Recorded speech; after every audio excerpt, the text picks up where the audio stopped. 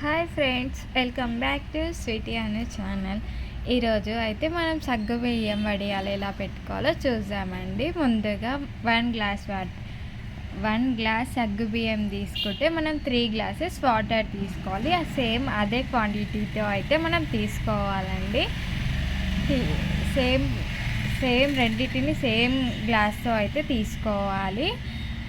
తీసుకున్న తర్వాత మనమైతే నైట్ అయితే వాటిని నానబెట్టుకోవాలండి. ఎందుకంటే అవి చాలా తొందర అయితే ఉడకవు కాబట్టి నైట్ అంతా మనం నానబెట్టుకొని మార్నింగ్ అయితే మనం దాన్ని ఉడకబెట్టుకోవాలండి. ఈ విధంగా వచ్చేలాగా ఒక 15 మినిట్స్ అలా ఉడకబెట్టుకోవాలి.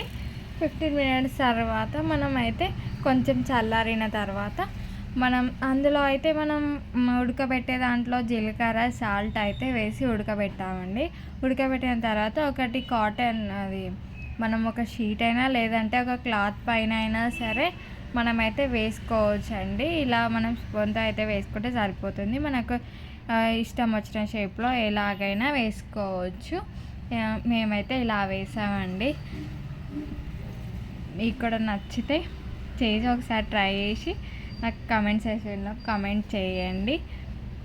ఈ విధంగా అయితే మేము ట్రై చేసాము, చాలా బాగా వచ్చినాయి. మీరు కూడా ట్రై చేయండి.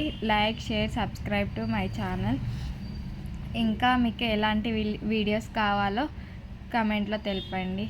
Bye friends.